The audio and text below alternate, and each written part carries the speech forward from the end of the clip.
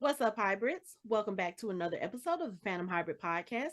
This is Hanako, and I am here with Anthony and Michelle, and we are discussing the season finale of House of the Dragon. And we are a little bit late with this because life has been happening and other shows have been happening, and we just hadn't gotten around to it. But I think this has given us time to really go back and rewatch and reflect on all of the mess that happened in this episode. Yes, definitely. Ooh, so let's get into it. Season finale. We do know that we are getting a season two. So everything that happened in this episode is leading into the story that will come the next season, which I believe we are getting in 2024. So now that we're at the end of 2022, that doesn't seem as far away, but it's still far away. Yeah, it does. Anyway, let's get to it. So in the last episode, we had the death of King Viserys. We had the Greens usurping the throne and placing that toe rag Aegon on the throne. I mean, he doesn't even want the crown. But anyway, that's neither here nor there. So we ended the episode with Rhaenys flying off on her dragon, basically with a look to the queen and all her people like, I'm about to run tell that. So we got the green side of the story. Now it's time to get the black side of the story. First thing I want to talk about what we see in this episode. We got to talk about that table because we Yes. saw Why? Yes, I why was waiting for. table in the other show, but we never knew how magnificent this table was until the beginning, till the opening scene of this episode. you talk about people losing like information over time. I mean, Right. it's only been like what 100 years or something, and 179 years, I believe. they forgot how to light the table. They leave directions. Now they didn't leave directions. So this is the table that is in the war room on Dragonstone. We've seen it plenty of times when Daenerys was there on Dragonstone, when she had her war councils. We've seen the table. It's carved in stone and it's got all of the different, big places that's in Westeros. So it's basically a map of the whole country, and it's got like these candles and everything, and it's really pretty, and we don't see how awesome it is at the beginning. It's towards the end, but because they led with that, we got to talk about this table. So It's towards so ornate. oh my god, like Yeah. the detail on this table is Mhm. amazing, and you never really see it up close like that in Game of Thrones. But in Mm. this one, like you see all of the carvings, even the house names and the castle names, and you see the little markings for like the people who are supposed to be there in the trees and this, that, and the other. It's so beautiful.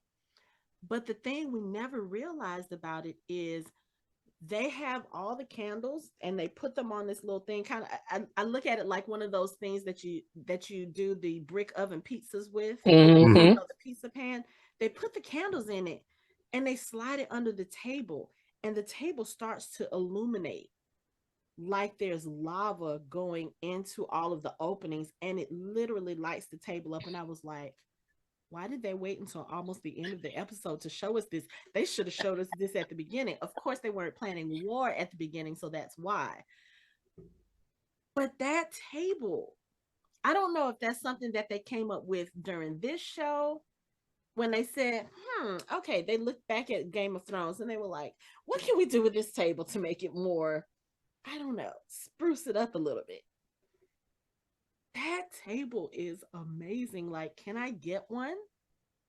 I don't know if It's that would it's work with my cats, but no, No, no. no, It's no. it's very similar. It's very similar to the dagger, where we don't know that the dagger, if you stick the dagger in fire, it has words on it. you're Mm. right. So it's almost like a metaphor for how information is lost, how things have been lost over time. Right. Yeah, you're right. And also, I think for me, it also just kind of symbolizes that if you think about it, all of these things that's happening, the information that's passed, it also shows you how things can be misinterpreted. You think about what Hmm. happened with Queen Alicent when she was listening to Viserys's last words. In his mind, he's talking to Rhaenyra. In her mind, he's saying that he wants their son on the throne. And it's just that little bit of misunderstanding and misinformation that is literally about to lead to a whole war. Right. And just the little detail with the table and the little detail with the dagger, because I think even with that dagger in Game of Thrones, that dagger came to, it went from Tyrion to Littlefinger to the assassin back to, it's just it passed through so many hands with no knowledge of what the true What? worth of Mm, that dagger was, or what the true purpose of that dagger was. And I find that very interesting because that is something that happens a lot, with different families, with different cultures. A lot of the history is lost because of that type of thing. And I just thought that table was just so cool to look at. And I was like, oh, if they had done this in Game of Thrones, it would have been hmm. awesome. Maybe if she had known the table lit up, she wouldn't have. Well, No. I'm I'm just saying it's a cool. It's a And you cool would think that you're a house of fire, that you would just set everything on fire and see what happens. right. And just light a match to it, see, like, are we gonna get a secret code? But you say that about we lose things. It's almost like the same thing with losing the information that was passed down to her, because she's the only one who got the information from her dad. Yeah. And I Yeah, think well, Anthony is mentioned she that gonna too. pass it to someone else before she passes? Right. Right.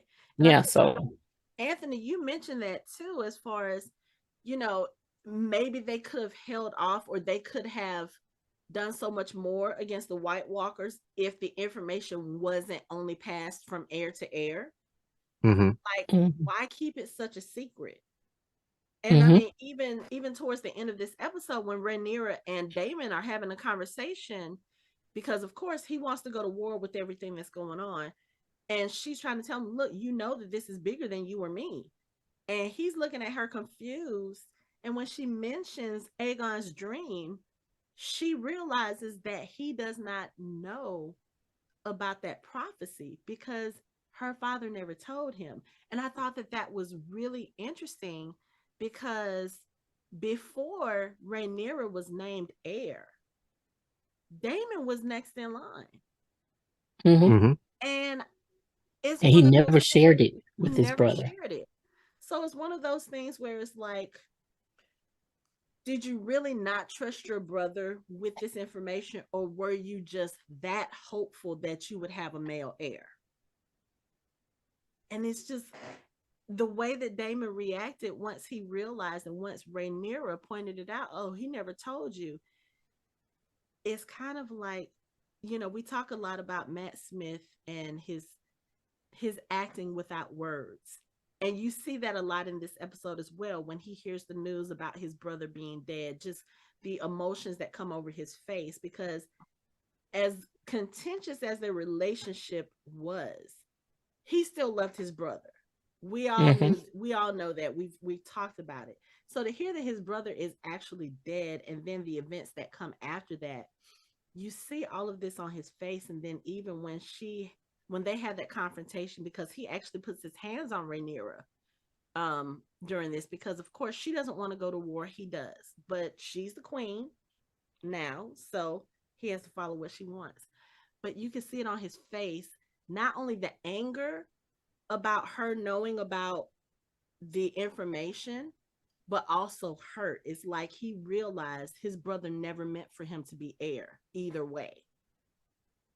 And that's gotta hurt, Hmm. because for all intents and purposes, up until Damon got fed up, he was Viserys's ride or die. He was the one that was there protecting his brother, trying to make sure that nothing would happen to him. He stood behind him up until he couldn't, but he still supported his brother. Even when they seemed like they weren't on the same terms, Right. they they still were kind of looking out for each other. Yeah. I mean, for the most Hmm. part, they had the same thing in mind. They wanted Westeros to be great. They just had different approaches to that. You know, Viserys was the one who wanted peace. He was the peaceful king. That's what he's, called in the books. He's the peaceful king. Daemon, not so much. I don't think Daemon knows what peace means. No, he just wanted to show everyone that we are in charge and there's no question. Like what we say goes, period. That was him, especially when he was in charge of the gold cloaks. He's like, yeah, we punished everyone in one night. Like, wait a second, you didn't take your time to do it. No. We knew who they all were, and we did what we needed to do because he wanted to show them who's in charge. Right. You know, and it kind of worked for a while. They said as much, like, so people aren't doing as much as they were doing, because they know Damon's gonna come down there and regulate. Who wants that? He was cutting off hands, he was cutting off cocks. Like, who wants to be the one known as, oh, I didn't get my shit together, so Daemon came and took my no, nobody wants to be known as that. Yeah, it's like, oh, Daemon takes over and crime is down 95%. But the other, and surprisingly, the dungeons aren't full. Right, because Damon's like, we're not going to put people in dungeons. What does that mean if we put them in dungeons? We got to feed them. We got to take care of them. Right. No. Right. No. Why would we do that to criminals? We're just going to go punish them and let them live out their lives thinking about the things that they have done. And hopefully they will know not to do that again. Yeah, and I think that's what Viserys was worried about, having Daemon in charge, having Daemon as king. I think that's what he was worried about. Like, right. It necessarily would be not peaceful. He would be almost like a tyrant, I guess. It would be tyrannical. Like unpredictable. And unpredictable. And I don't think like that close, bad, but it'd be just unpredictable. It just all depends on his mood. Like anytime there was a dispute between houses. It's just how he feels that day. It's like, okay, so y'all want to duel for this or whatever? It's like, I have dragons, so y'all going to stop fighting. Basically, Yeah. Right. Yeah. So I don't know if I would. We'll burn some shit down, though. Yeah, he would. Yeah. That's another thing that they mentioned in this that kind of parallel Game of Thrones, because when they were talking about going to war after all of this, once they find out that Viserys is dead and, basically they figure out, or at least Daemon thinks that Alicent has had him killed or something to that nature. When they get ready to go to war, once they realize that Aegon has been crowned, that's one of the things they say. Oh, we have dragons. We can just go and just burn shit down. And Rhaenyra said the same thing that Daenerys said. She said, I don't want to be queen over ashes and ashes and bones. Mm-hmm. And it was just watching this episode and seeing the similarities. I was just kind of like, okay, so are they going to show us a repeat of Daenerys, or are they going to show us how Rhaenyra is different from Daenerys? Because, for 8 seasons, they built up Daenerys in Game of Thrones. She's going to be the wheel breaker. She's going to be the one to do things different. She's not going to be like the Mad King. And then in the last few episodes of season 8, what did they do? They turned her into what she's been saying for 7 seasons she was not going to become. Mm-hmm. So I'm just kind of wondering if they're going to do the same thing with Rhaenyra, especially with everything that happened towards the end of this episode, or is she going to be the one to stick to her guns and say, okay, I'm not going to become this person. I'm not going to become this person. I'm just kind of like, I don't know. It not at the end of the episode. Mm-hmm. I know. Well, she, in practice, she has been her father's child, like the peaceful. We're going to try to figure out a peaceful way to do this. But also what King Viserys said about her and Daemon is like, she has the blood of a dragon. She's very unpredictable. And volatile and all that stuff. But at the end of that episode, that other side of her is coming out. I'm just saying. Definitely it is. So some shit will get burnt. I'm just saying. But the difference, like with Daenerys, is people who have gone back. Like I haven't rewatched it, but people who have gone back And they're like, the signs are always there. She basically solved every problem that she came across with dragons. Yeah, with aggression. With fire. Yeah, she did.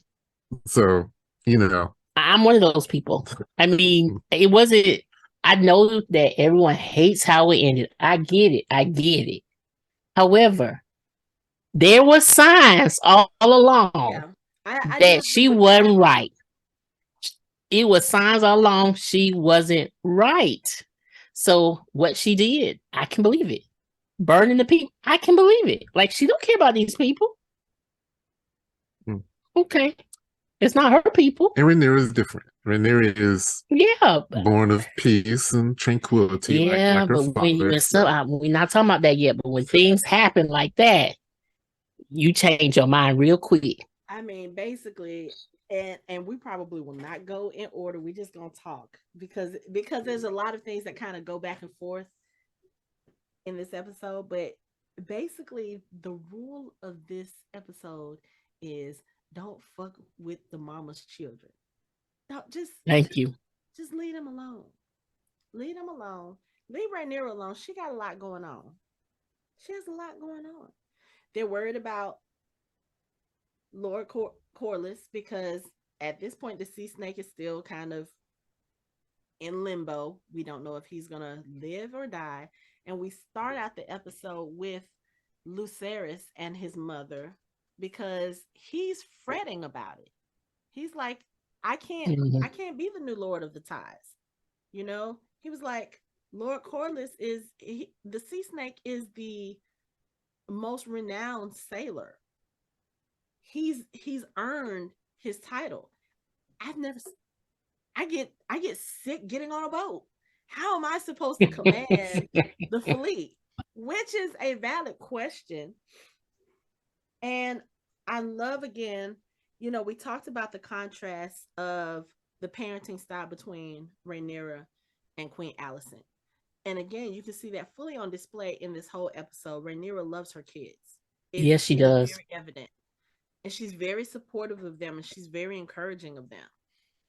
And I think that's what makes the end of the episode more heartbreaking because she's already pregnant in this episode.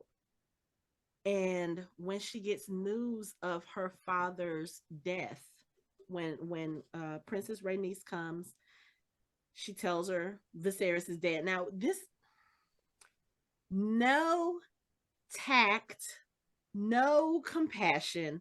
She just, Viserys is dead.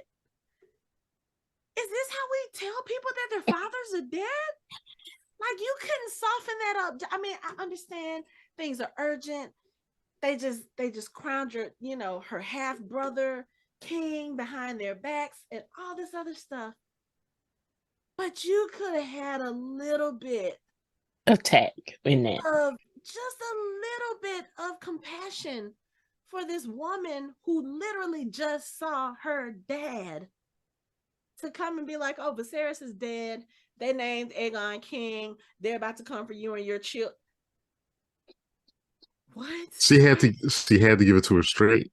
She had to give it to her straight because it's not any time to be. Yep, that's basically that was it. It was like, I don't need you to be crying over here on the floor. I need you to get yourself together because it is on now. But you see, what you gave it to her all at once. This is a Targaryen. They are known for their tempers as well. Even though, yes, Rhaenyra is, she's been the princess of peace. She is still a fucking Targaryen. This is still her father you are talking about. So Rhaenys gives her all of this news all at once. And of course, I guess she's trying to hold it in, or she's trying to process everything. She put some undue stress on herself. This baby starts to come early. Right. Wait, let me add one thing. Daemon said what everyone else wanted to say. Why didn't you take care of it when you were already in the dragon pit? And she said exactly what I thought she was going to say. She was like, there's no doubt that war is coming, but it's not my war to start. She was right. But I just love it that they had written that in there because we all was thinking, damn, why couldn't she just take care of this problem? I, He thought the same thing. You could have took care of this problem. I mean, war wouldn't have come because she would have wiped out everyone who would have started the war. Correct. Rhaenyra would have gone there and be like, okay, the queen is here. All's good. Like, what recourse? That is true. Everyone who would have started the war is that's dead true. now. That's true. So I kind of disagree with Rhaenys on that point. And no one can ride the dragon because she was perfectly. I think she was perfectly justified in doing it based on how she was treated. Yep. You know, you basically held her prisoner. And the tyranny in front of her, she could have, but she didn't. And she saw all those lords being executed, like for no reason. So she, I think she could have been justified because she just as well could have been hung too. Yeah, but you got to think about it too. Rhaenys is in a, I guess you could say she's in a weird position. Because of course she doesn't support the Greens, and Rhaenyra is still her family by blood, but she still thinks Rhaenyra is responsible for her son's death. Mm-hmm. So true that. So she wasn't gonna help them. Point where she was like, "Yeah, I understand this is gonna be war. Yeah. I'm not taking no part of that." And we see that throughout the episode where she tries to basically distance herself from Rhaenyra. Like everyone else is. You know, we have the part at the in the middle where she gets crowned queen. Everyone bends the knee except for Rhaenys. When they're in the war room, everyone's basically saying, "We're yours. Our people are yours. Our soldiers are yours." Rhaenys is still sitting in the background, just kind of looking like, "I'm not in this." But she was giving her nod of approval a few times, like, yeah. Tell him, take charge. Yes. Mm-hmm. Because I think she understood, like she tells Lord Corlys when we finally see him, when he wakes up and they're sitting there talking, she says that girl is the only thing that's holding the kingdom together now. She's holding the realm together because she refuses to go to war. She's trying to find a peaceful solution. She's not trying to plunge the realm into death and darkness and all of this other stuff. But it's not until Lord Corlys actually looks at her and was like, "Okay, you have my fleets behind you," that Rhaenys is like, "Oh, okay, I guess this is what we're doing. This is where our loyalty is." And then you start seeing her step up. But before that, she was like, this ain't got nothing to do with me. I have no skin in this game. My children are gone. I don't care what y'all do. She was like, my cousin is gone now. Just at this point, she's like, just leave me the fuck alone. Keep me out of your politics. Keep me out of your family drama. I want no part of it. It has nothing to do with me. You know, her granddaughters are already betrothed to Rhaenyra's sons, which would have drawn them in at some point. But I think even with that, she was just like, I don't want to deal with this. But she has to, especially with her granddaughters, because now they become enemies of the state. Yeah.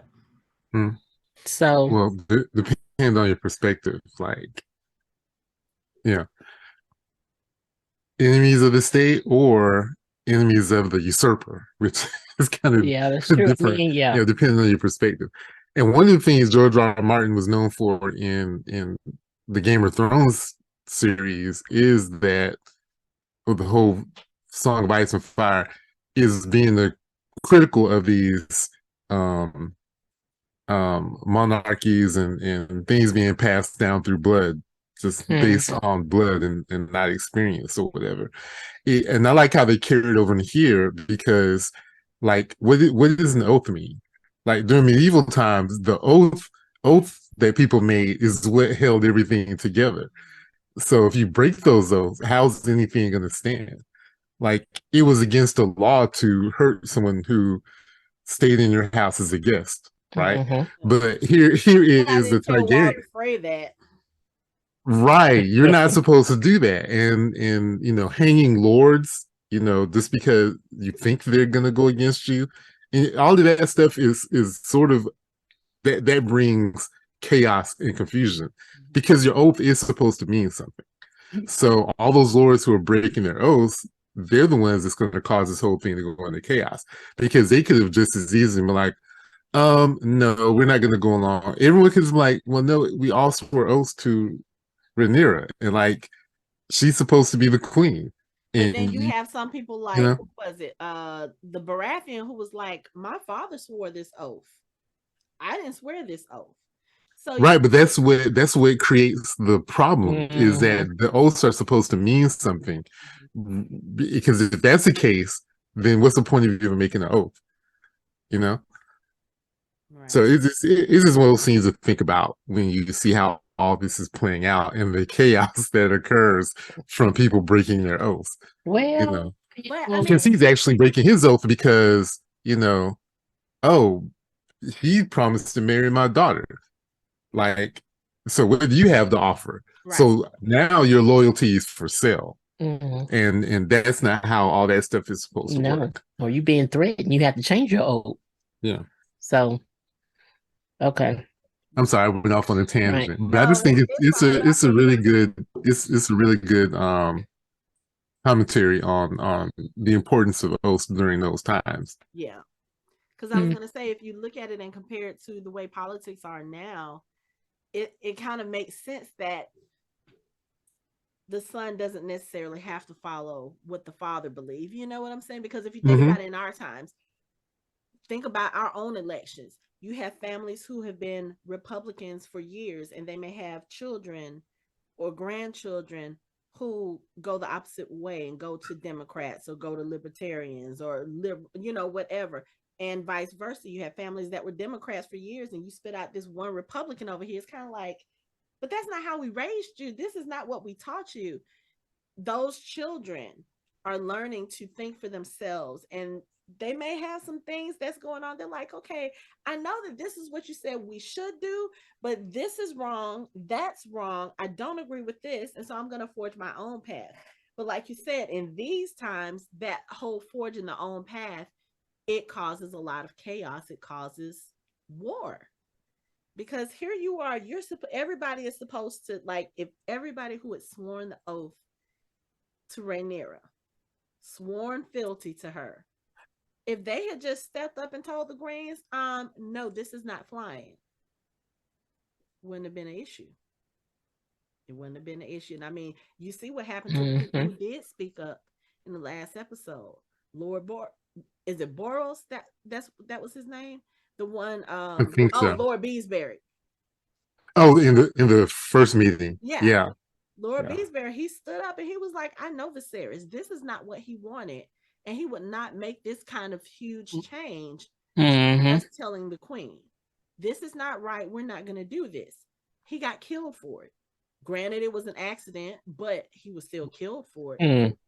You know, Sir Harold, when Otto Hightower gave him the command, you need to go to Dragonstone, take some people. You need to kill them all. He was like, we have no king. I am a sworn member of the King's Guard. And until we have a king, I ain't doing shit for y'all. He threw down his white cloak and he left. So you have to have those kinds of people who will stand up. And just like what's his name, Sir Eric, who basically betrayed the Greens, betrayed his twin brother to get Princess Rhaenys out of the castle, to get King Viserys's crown out of the Mhm. castle. He made his way to Dragonstone, bent the knee immediately, and swore fealty to Queen Rhaenyra, which was one of the best scenes in the whole episode. I was like, oh, this is nice. But then you just went against your twin brother. Like your convictions are that strong that you were like, okay, yeah, you Because of what want to he said and what he saw. He was like, that boy's not right. I can't Well, stand behind yeah, that this. was not right, and two, the whole situation is not right. Right. I just can't stand behind this. I'm sorry. Especially when he said himself he didn't want to be king. Why are y'all Right. Right. on this boy? He doesn't want it. But anyway, so let's go with the bad stuff first. So like we said, Rhaenys comes in. She tells Rhaenyra and Daemon that Viserys is dead and that The Greens have basically usurped the throne. They crowned Aegon in front of the masses to make it a point that he is the king. Mm-hmm. And Rhaenyra goes into labor. Now we This know, is the second time we've seen her in labor. yes, and we know they have had some hard times with laborers on this show. Ooh. And just the way that she was like dealing with all of this information. First of all, you don't even have time to grieve your father and grieve what you've lost before you go into this life-threatening situation, because her baby wasn't due yet. This baby was premature, and she was not having an easy time of it. You know, we see that throughout the episode. She won't even let her ladies in waiting touch her. She won't let them help her because she knows what happens with difficult births.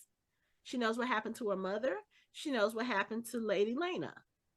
It's just one of those things where she's like, nope, don't help me. I'm going to figure this out on my own. And at the same time, in the midst of all of this, she's trying to make sure that Daemon does not burn the whole kingdom down. Down. Right. She In the is midst in of trying to labor. give birth. She is in pain. She is screaming for him. And he's just in the war room still. Okay, you're going to do this. You're going to do that. You're going to do this. He's trying to make sure he's about to go burn the world down. And I don't feel like she was screaming for him because she wanted comfort from her husband. I think she just wanted to put her eyes on him, like, don't do anything, please. I think, like, what you doing? I think both of those are true, because we've seen that Daemon can be a loving father. We've seen it in the deleted scenes that they robbed us of, him and his girls. And we also saw it in the brief glimpse of him and Baela when he was teaching her how to speak Valyrian. So we know he can be a good father. Okay. We saw him when him and Rhaenyra brought the younger kids to meet Viserys. So we know that he can be a hands-on father. Who knows? Maybe when she had the first two, maybe he was there with her, even though that is kind of different for those times because men generally weren't in there with women. But Daemon is not one to do what people tell him to do. So he probably was. He could have been in the room. Who knows? Yeah, but it's early for her, so he may be thinking back about Baylor, so he may not want to be a part of that. But also, he was consumed. He was. And I think she knew by what goes next. He had a lot of emotions going on. Yeah. It's like he had a lot of things going on. His brother, imagine. His brother, he just found out his brother just passed. His brother passed. And they just took the kingdom from his wife. Ex-wife died in childbirth. Now his current wife is struggling in childbirth. Yeah, he's got a lot. And they just took the kingdom away from her. Yeah. Mm-hmm. Oh, yeah. And not only that, he knows that they're being threatened because Rhaenys said the Greens are coming for you and your children. So he knows that his family is also being threatened. So I do believe what you're saying, Michelle. I think in some ways, yes, she probably did want him, or maybe was calling him just because she was in pain. But at the same time, I think she was like, please don't let him burn this shit down. Please don't. Yeah, I think that's the main reason. It was like, oh, okay, I got to make sure I keep him in check. She know how he is. Mm-hmm. We all know how he is. I mean, to the point where she called her two sons into the room with her. And what did she tell Jaecerys? She was like, I am the queen. Whatever I have inherited, you are now its heir. Nothing gets done without my consent. Make sure you let Daemon know. And he went in there. He was like, my mama said no. You can't do that. That's basically what it was. Daemon was like, we're about to do this. We're about to do that. Jaecerys was like, nope. Mother so she could get Daemon in there, but she's like, let me call my boys. Let me tell them. Jay stood up to Daemon because Daemon was like, he was getting mad. He was like, no, I'm the heir. Didn't the Lords say, don't you want to go be with your wife? He was like, no. I don't think he said no. He just kept on with his plan. He kept on going. Because again, he was just, he was mad. And rightfully so. But we go through Rhaenyra's her labor, and she starts having flashes of her dragon while she's in labor. Then she delivers her own baby. First of all, we gotta talk about this again. We said it the last time. Rhaenyra is a beast. Yes, she is. Because yes, she is.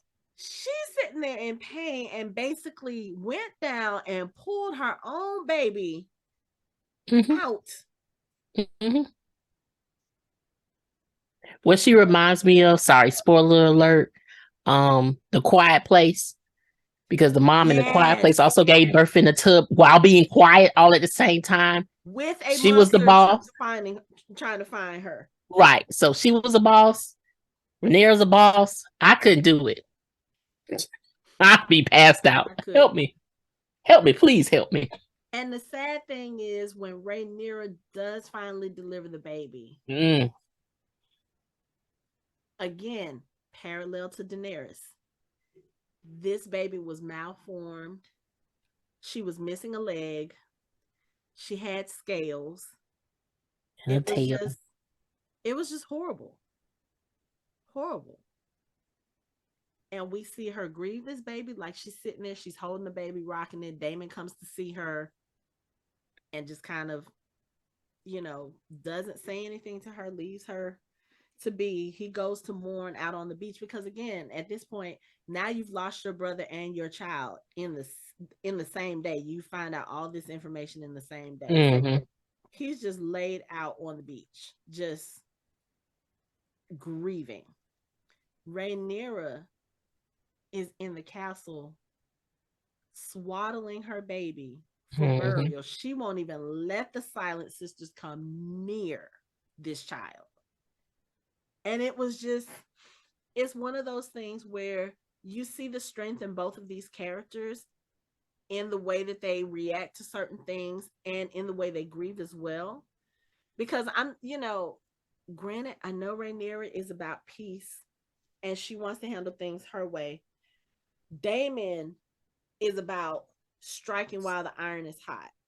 Daemon is about action. He's about, making plans, and this is what we're going to do.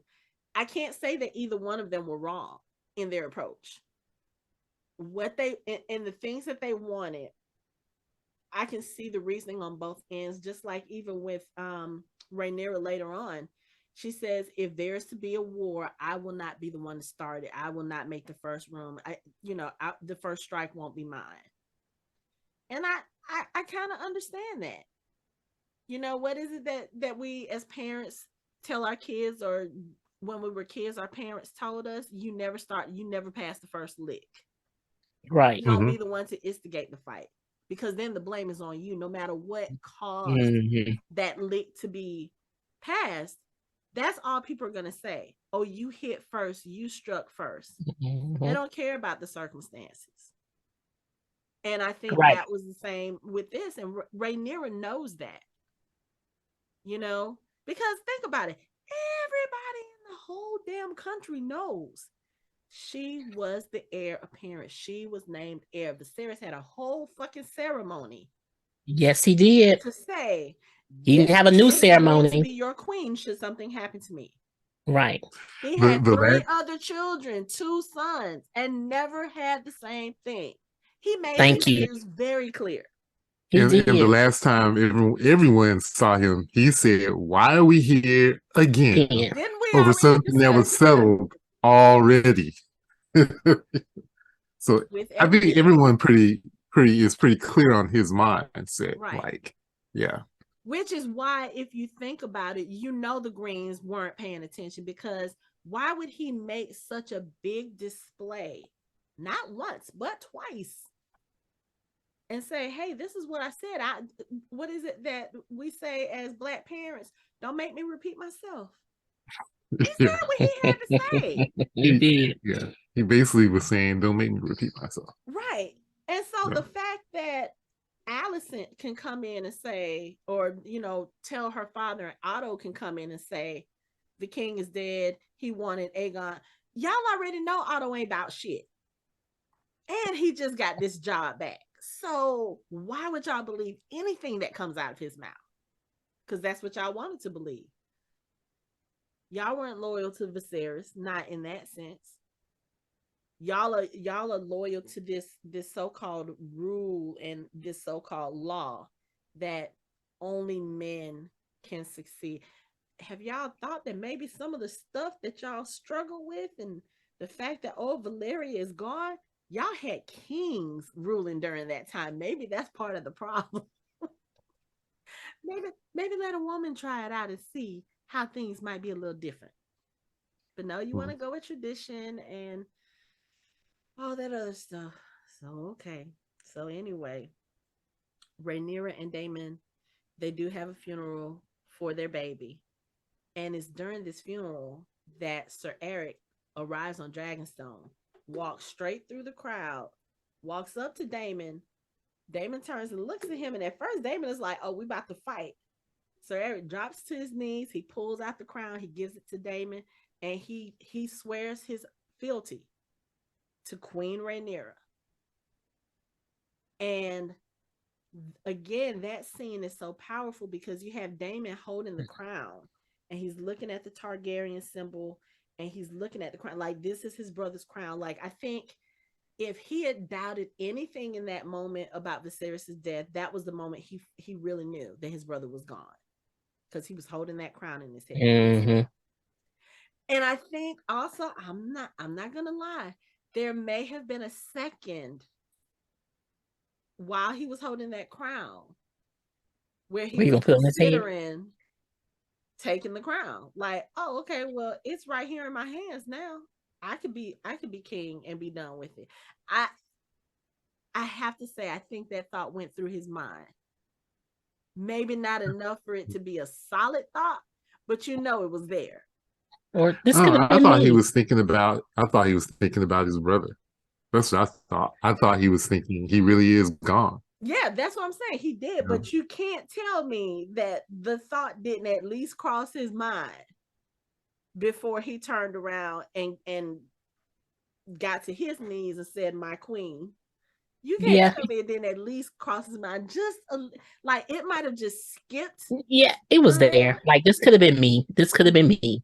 Mm-hmm. Or this really could have been me. Mm-hmm. Or yeah, it did. Yeah.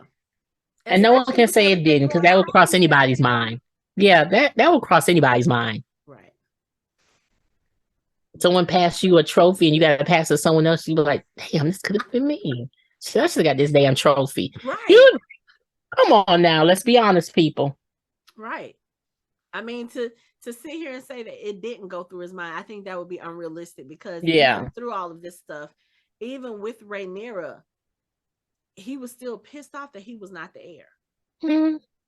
So, and we all know, even from childhood, before it was a thing with them, he adored Rhaenyra. You know what I'm saying? So it's kind of like, it wasn't the fact that, oh, I don't like her, she can't be queen. This was somebody he loved and cared for. And he was still pissed off, like, no, I'm supposed to be king. I'm supposed to be there. But the other thing that I know. Well, I was thinking, I can't wait to see Eric and Eric have a fight, because it's coming, right? It's coming. It's coming. It's got to. It's coming. It's got to. Because I feel like Eric, wait a minute, which one is it? Eric or Eric? I think Eric is the one who is with the blacks and Eric is the one that's with the greens. But Eric left and came to Rhaenyra based on honor. That is a man of honor. You know what I'm saying? He saw things weren't right. He wasn't going to sit by and just let it happen. I feel like at this point, Sir Eric is probably just going to stay with the greens just on principle. You know what I'm saying? And it's sad because when Otto Hightower actually does show up on Dragonstone to try to get Princess Rhaenyra to surrender, you see the brothers on either side, and you see the look, because Sir Eric is looking at his brother like, I can't believe you fucking left. I can't believe you standing on the opposite side of me. It was like that look, they say twins have that secret language and they have that telepathy, and that look was, you traitor. But I mean, I would rather be a traitor and stand up for something that I believe in than to just sit on a side because that's just what we do. Like, the shit that they're doing is wrong. And you're over there anyway, supporting them. I don't know. I don't know. But this part, when Otto does show up at Dragonstone, and he makes the he got some major. You got some major He got balls some. for one. Yeah, that's what I was about to say. He got some major balls because you could have died. I'm just saying.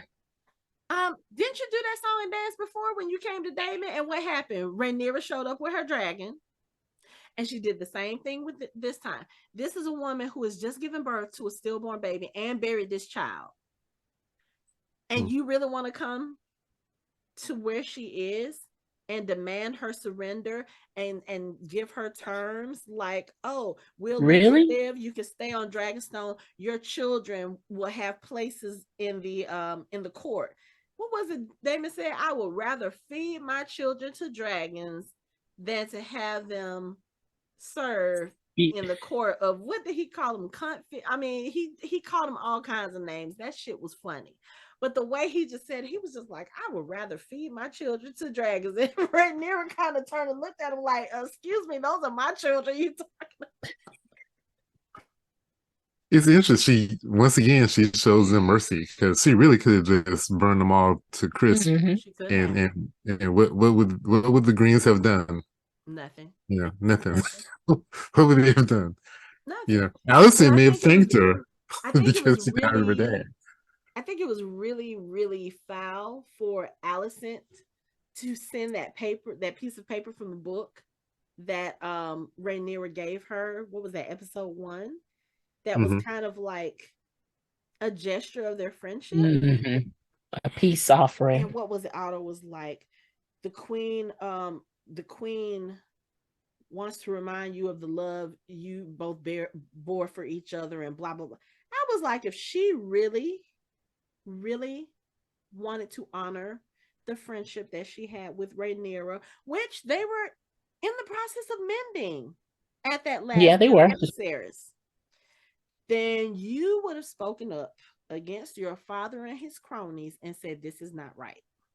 This is not right. This is not right. Because what would Otto have done? Was Otto going to really kill his own daughter? I don't think he would go that far. No. No. He might have. I don't know if he would have killed Alicent. He might have imprisoned her or something like that. I don't think he would have carted her off to Old Town or something and locked her away. I don't know. But I just feel like Alicent, especially once she realized what was going on and had been going on behind her back, I don't know. I felt like that was the moment that she really should have stood up and voiced what she wanted and what she felt was right. You know what I'm saying? So, I mean, granted, I know you want your son to be king. I know you do. And I really feel like at that moment that she was listening to Viserys, she really thought she heard what he wanted, and she was trying to be a dutiful wife.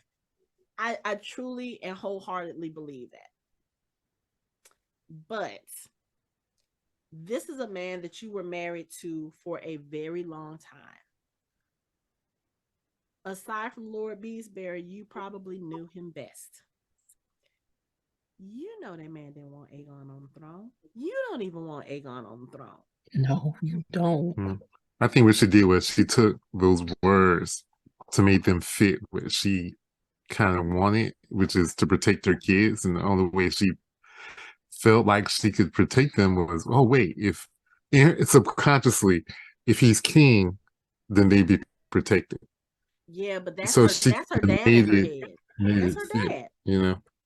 It is. I'm just saying Rhaenyra, she made it fit for her. Rhaenyra wasn't going to harm her brothers She knew and that. sisters. We all know that. So, but Otto, that wasn't part of Otto's game. she would have set them up. I mean, she probably would have killed some other lords and stuff and gave them, some land and property and castles and set them up, been like, okay, just No, stay from here, but let's go to Old Town. Go to Old Town. Stay there in a nice cottage or castle somewhere. Be happy, because all she really wanted was all Alicent really ever wanted was to protect her kids. Because Otto put that in her head that Rhaenyra was going to kill them if she became queen, because they won't be a threat if Otto is trying to make them king. That's the only way they become a threat. Right. Yeah. Now I will say this. I think she would have had a problem with Aemon. I do think Aemon would have been a problem. Even if, let's say, if Alicent had gone with what was going on, if she had said, okay, your father said that Rhaenyra is the heir, she now becomes queen, you are her subjects, whatever. Aegon probably would have been happy as hell.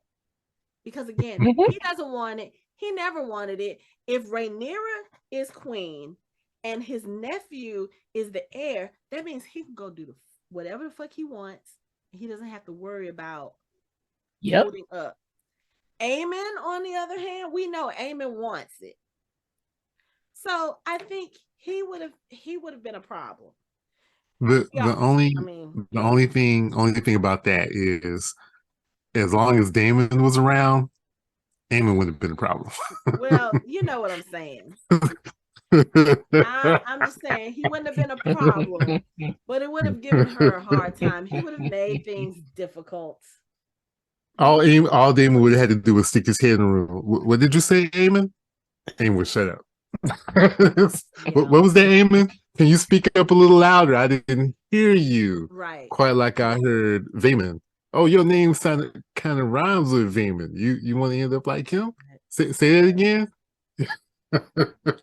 How attached are you to that tongue of yours?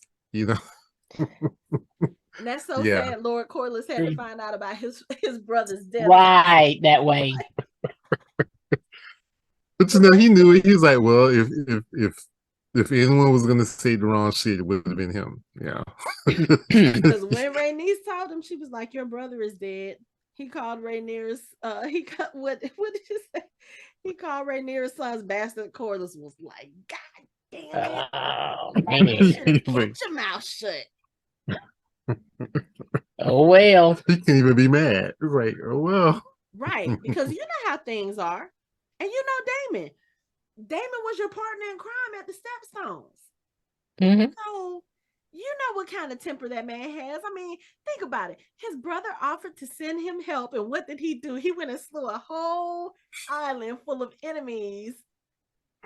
So we already know he has a temper. We know Daemon ain't wrapped too tight when it comes to certain things. Nope. He is not. Yeah, he's not. And not only are you at this point insulting his wife, insulting his nephews, you are insulting his family, period. Regardless of if those boys are bastards or not, they still come from Targaryen blood. They do. They do. And they're still Daemon's blood. Exactly. It's a problem. Right. We know how Daemon feel about family. He said, was that the first episode? We know how he feels about Targaryen blood. So playing with fire, pardon the pun. Right. But when Corlys is well enough, he comes into the war room and he's actually able to see what they're planning to do as far as who their allies are. And I think one of the things about Rhaenyra, I feel like she is a bit naive in certain things, because in her mind, okay, these people swore fealty to my father, they swore fealty to me, so they're our allies. The Vale, my mother is from the Vale, so they're not going to turn on their kin. Since when? Yeah. I mean, And granted, I think part of that is also Viserys's fault, because I've said this from the time that he named Rhaenyra heir. If you're gonna name her heir, she should have been in all those small council meetings with everyone. She should have been learning how you run the country. She should have been learning the ins and outs of how the houses interact with each other, who this person is, how this person feels. She should have been a part of that. And I think if she had been a part of that, I think maybe she would have done things a little bit differently, as far as her allowing Jace and Luke to go and treat with two of the houses to try to make sure that they were allies. I think she would have made different decisions that could have turned things around a little bit differently. But yeah, like one of the things he would have been doing or should have been doing was sending her around to the different lords in certain situations came up when stuff came up, and to basically show that this is a person who y'all are going to have to deal with, right. and what she says is like capable of making those decisions. Yeah, and what she says is like me talking to you. So when she comes there and she tells y'all to stop fighting or we're gonna do X, Y, and Z, y'all best believe it. And I think that was one of the you're right, that was one of the biggest problems. He didn't treat her like an heir. No. Because the only time he sent her around was to find a husband. Right. We ain't even gonna talk about all that. We ain't even gonna talk about all that. But we didn't talk about I know we kind of went ahead, but there was the tender moment between Rhaenys and Corlys when he basically was like, "Yeah, I think I made a mistake." Trying to go after the throne. And she's like, yeah. Or when we start off like, you left me. Yeah. Like you literally left me. We lost our children. For 6 years. Right. Yeah. Okay. That's the tender moment started off. You bastard, you left me. Basically. And look at all the shit we in now. Right. This is what happens when men don't know how to deal with their emotions. Correct. Because what was he saying? Did he say I had nothing left, or I don't know, something where I was like, you had a wife sitting right here. You had grandchildren. Granddaughters. Yeah.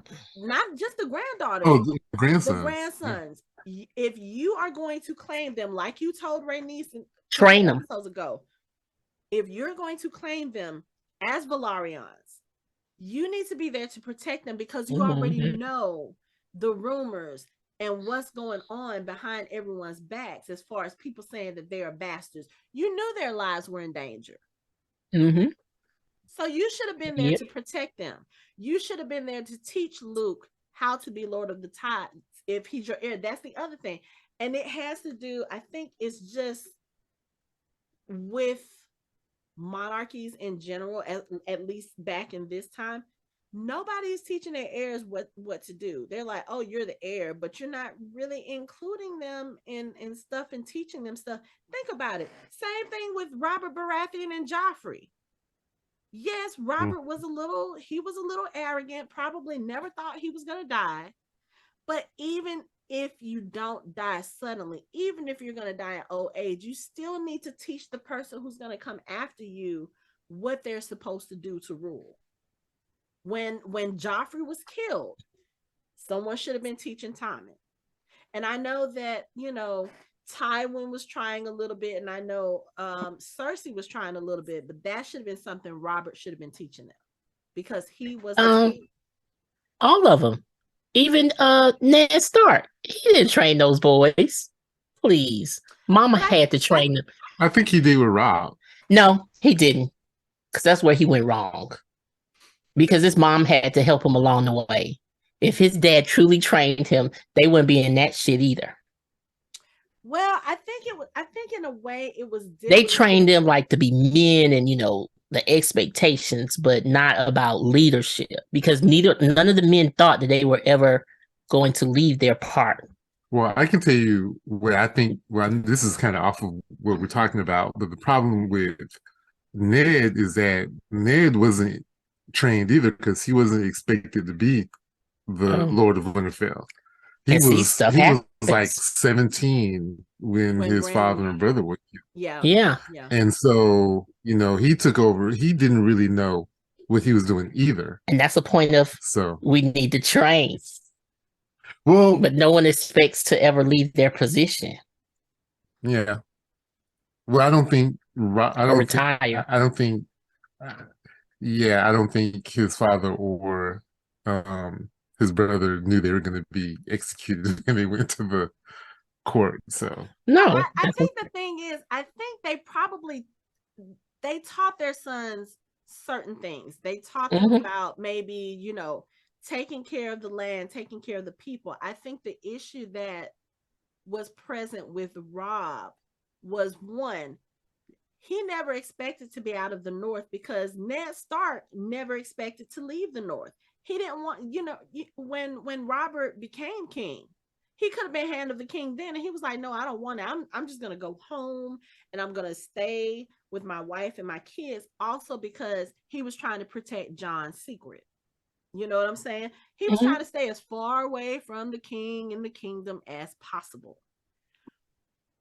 So I think the problem was with Rob when you come out of Winterfell and all this other stuff, you're having to wage a war because of the things that's happened, because your father has been captured, then he was executed, your sisters are missing, your family is scattered to the four winds, and now people are looking to you to lead. And I think he was never taught about war and about having to go to war and that sort of thing because they never expected that to happen. Yeah. And That that I your think is a word, little different, yeah, but but still prepared that your word yeah. is your word. Your word is your bond. I can keep going about people not preparing. I can even go to the but Thor see, and they didn't prepare the but see, kids when they got kidnapped. in the I'm just saying, no one is preparing. Like, prepare them a little bit. Just prepare. in the first episode, Ned beheads someone who left the wall, and he's telling them your oath means something. Mm. So it wasn't like Rob didn't get the lesson. Rob just didn't listen. Okay. he Okay. in the first episode. The first episode sets up everything. Your oath means something. When you break your oath, you have to suffer the consequences. Okay, he did. But just training wise, no one really trained. Even Rhaenyra has not trained her boys. They just now learning the language. So That I will, it's a yes. lot of things. It's a lot of things about we just step away and just say training, being prepared Mhm. for what's to come. I do Because agree with that. If Rob had Yeah. just married that girl like he was supposed to, none of that shit would happen. That's all I'm saying. I don't know if I believe that. I mean, I think things would have gotten screwed up in other ways, but yeah, it's just we won't even talk about that because that Okay. episode still That's interesting because that relates to what Jace was it no Luce what he said in the beginning. Like, I don't know what the fuck I'm supposed to do as Lord of the Tides. I don't even like being on boats. Like, Right. It's not, yeah. he was like, I Like get he didn't green even, sick on a boat, so how am I right. supposed to command the?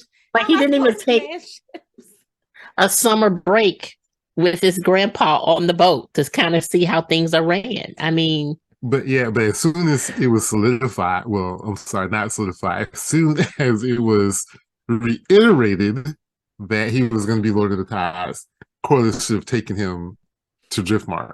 yeah, he And he should should have Corliss have. been, was too busy going off on his own adventures, Yep. trying to deal with his grief. yeah. So Okay. So I'm looking at the episode in the back, and this is when Rhaenyra is coming into the war room for the first time as queen, and she's got her walk and she's got her guards. Now, this scene, it was serious, but it was funny at the same time because when she got ready to step and the guards started to step, she turned around like, no, don't follow me. And I know it wasn't supposed to be funny, but I think it was funny because she was like, I don't need all of this. I can walk across the room by myself. I don't need y'all in front of, I don't need y'all surrounding me. But I think the other thing that I like about this is when she comes in and she kind of assesses everyone who was around the table, and she's getting ready to go forth to the head of the table to kind of start doing things. She looks at Balin, she looks at Rhaena, and she was like, come. So it's like immediately she's like, okay, you girls are going to be important. You're going to come to the head of the table with me. And I like that because again, I think it stresses how important family is to the Targaryens. Because she could have looked at them Mm-hmm. and be like, oh, y'all are females. Y'all can just stay over here in the background, which is what most people would have done. But she was like, Mm-hmm. oh, no, we got y'all here. Y'all are going to come. Y'all are going to show that my house is unified. And I think that was one of the things also that tipped Lord Corliss's hand when he finally decided that you have the full backing of my fleet. Because he turned around and looked at them girls, and them girls standing next to them boys like, yeah, they ours. They ours. We here. And I think he was like, all right, well, if that's what we got to do, this is what we're doing. And Rhaenys just sitting there looking like, okay, okay. But one of the things about this episode, and I felt this from the beginning, and yes, I've read this section of the book, so I knew what was going to happen, but it was just the way that they really focused on Rhaenyra and Luke's relationship throughout the episode. From the beginning when they're having a conversation about him being Lord of the Tides to them saying goodbye to her when they make the decision. They're like, you should send us as envoys. And she's having that conversation with them. They focus on her and Luke. And I was like, if nobody knew, everybody would figure it out from these scenes here. Luke is about to die. Because you're really focusing on that relationship, not of her and Mm-hmm. Daemon. Really, we get a few scenes with her and Daemon, but they're contentious at best. These are two people who have two different mindsets. They have two different viewpoints on how to approach this conflict.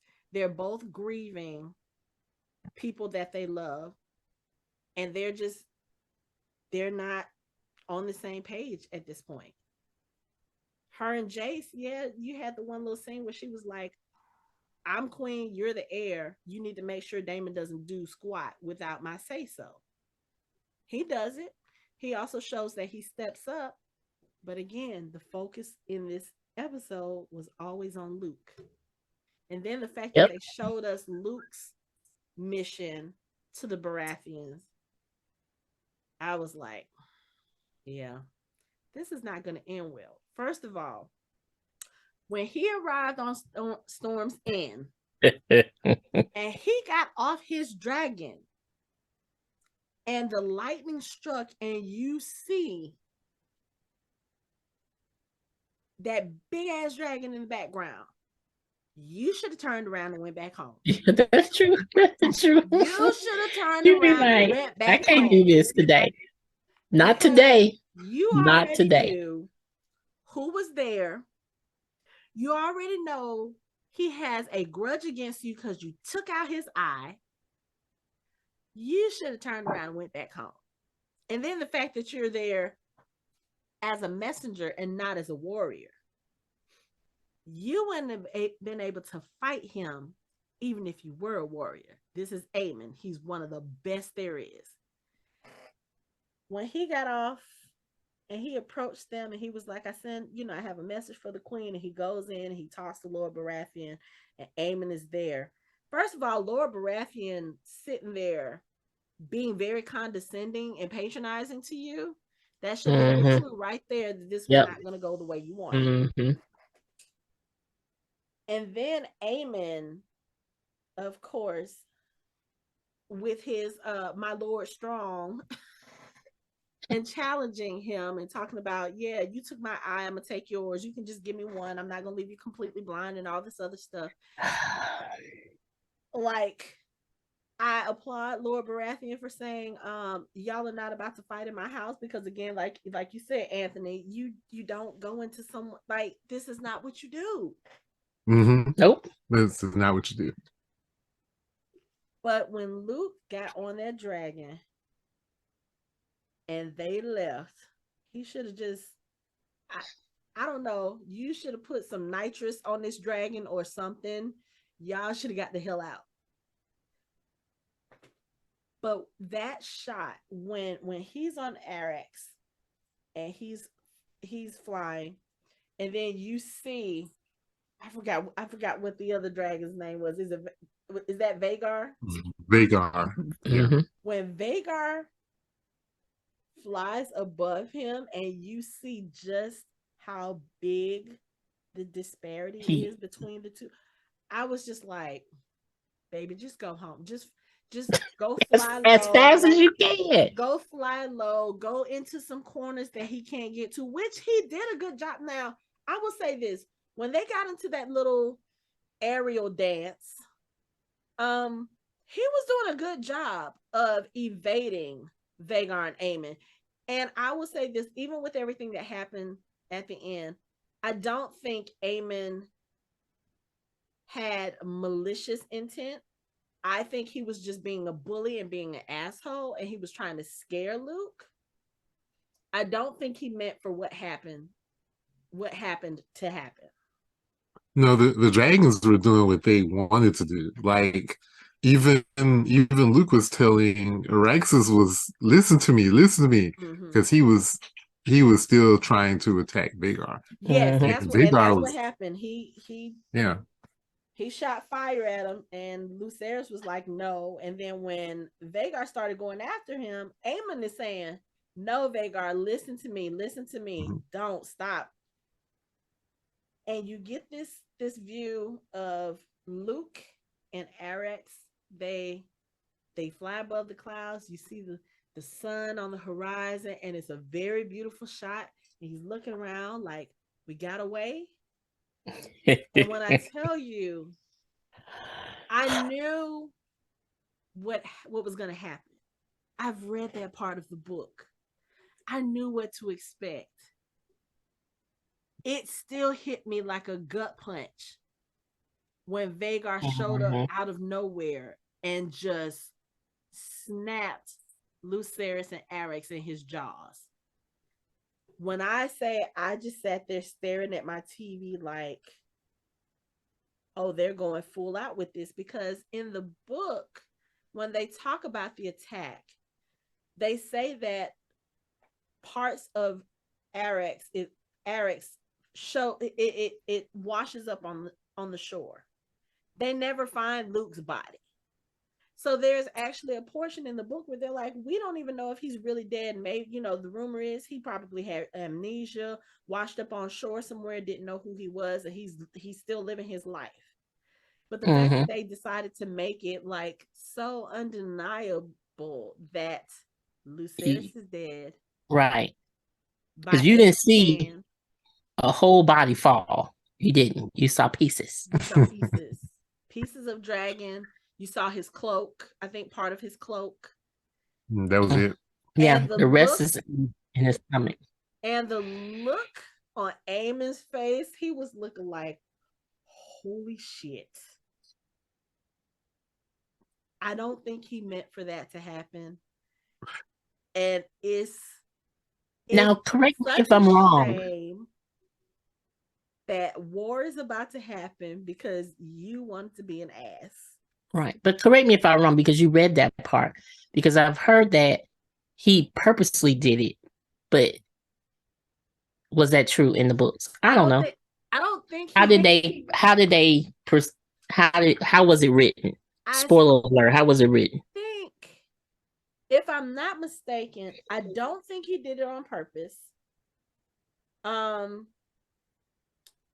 Because even when he gets back home and he tells them what's happened, I won't say he had remorse, but it wasn't like he went home bragging like, oh, I did this. It was just basically, oh, so let me tell you what happened. And Okay. Queen Alicent was the one who was like, God's help us, because she was like, what the fuck did you do? Mm-hmm. Aegon was the one that was like, oh, okay, we're about to celebrate you. So I have to go back and look, but yeah, I don't think he did it on purpose. Okay. I keep thinking of the popular GIF of Bill Duke and Men's Society. You know you done fucked up, right? Right. I mean, the memes after this episode, the memes were incredible, because it literally was, I mean, my screen name. See, what had happened was That was one. And people were like, so a thing happened.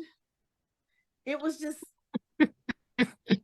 they talk about kinslayers. We've heard about kingslayers, in reference to like Jaime Lannister, but kinslayers, people who slay their own kin, those are supposed to be some of the most revolting people. Like nobody respects them.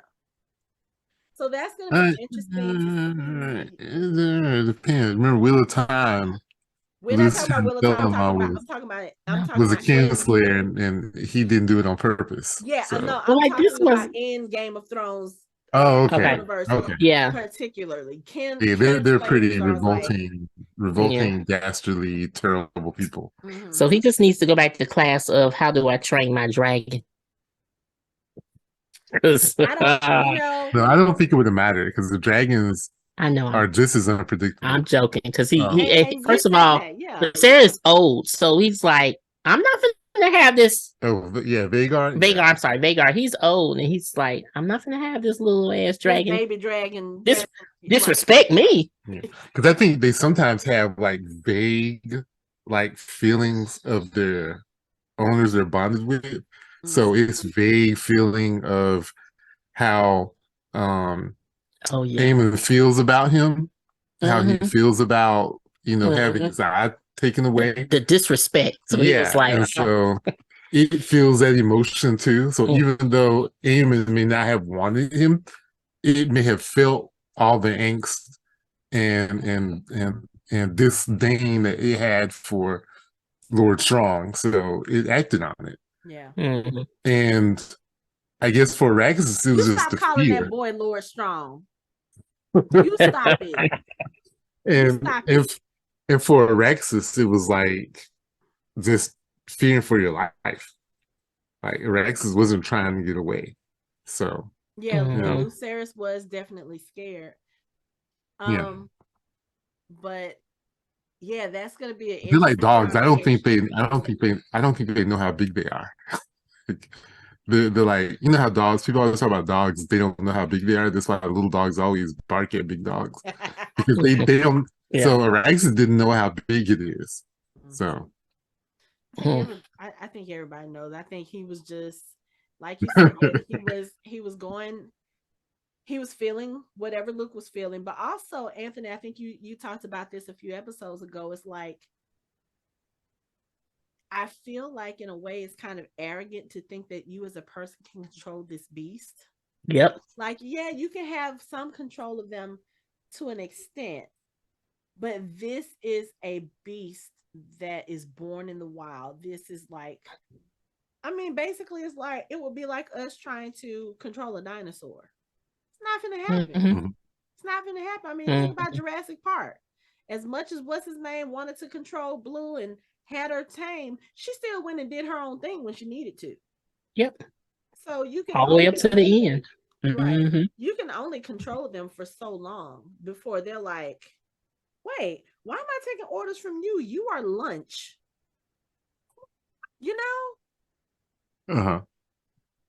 But yeah.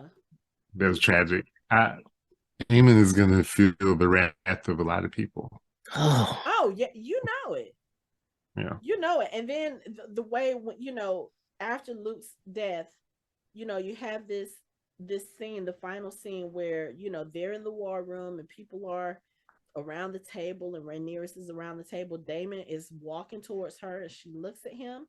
He just kind of takes her by the arm and they walk slowly towards the fireplace.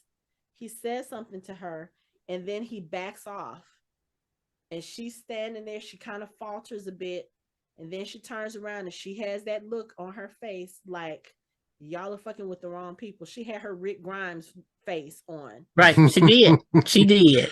That's what I'm saying. So Rhaenyra with we're peaceful. Okay, they struck a couple times. So now she about to kick their ass. I'm just saying.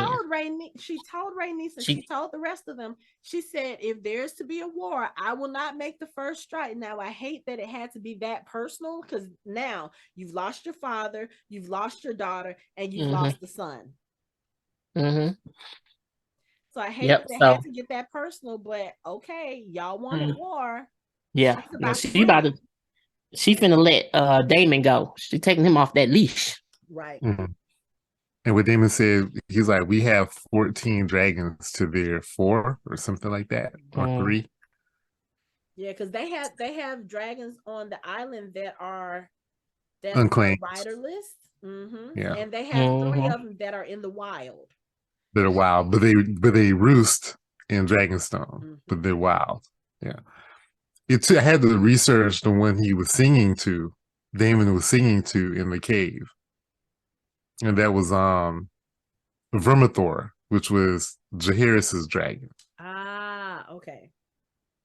So it's right. It hasn't let anyone try to ride it since Jaehaerys died. Ah, okay. And I want to say it's not quite as big as Vagor.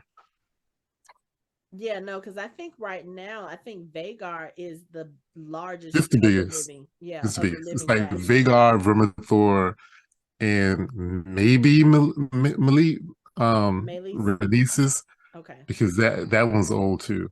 Okay. And then Cannibal, I can't remember what his name is. It's supposed to be pretty large too. Yeah. Yeah.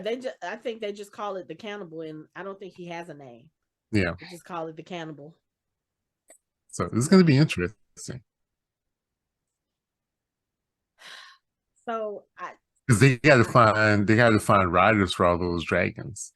right, which means we're So gonna have it's gonna be, other characters show up in the second season. Now, the other thing too is they didn't introduce him in this season, and I'm thinking they're gonna bring him in the next season.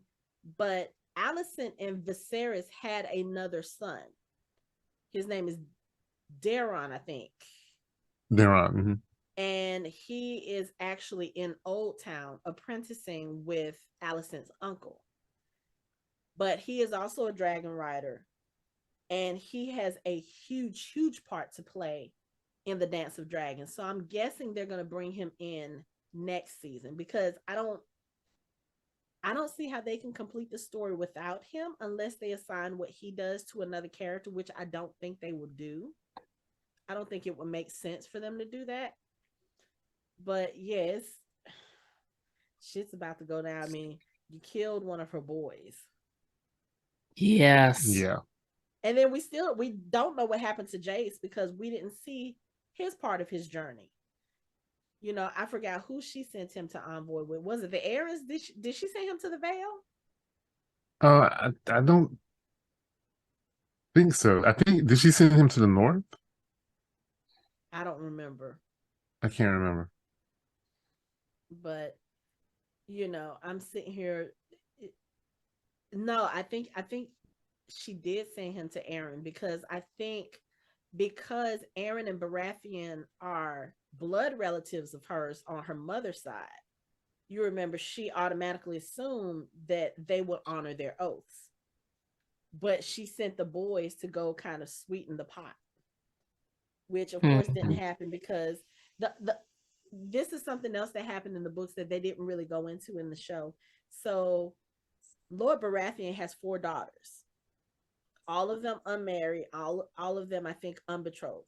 So one of the things that Aegon did, or that Aemon did when he came to treat with Lord Baratheon, was they agreed to a marriage pact. And so that was one of the things he said to Lucerys. He was like, okay, so your mother's reminded me of my oath. So what's in it for me? He was like, are you prepared to marry one of my daughters? And Luke was like, I'm sorry, sir, I cannot.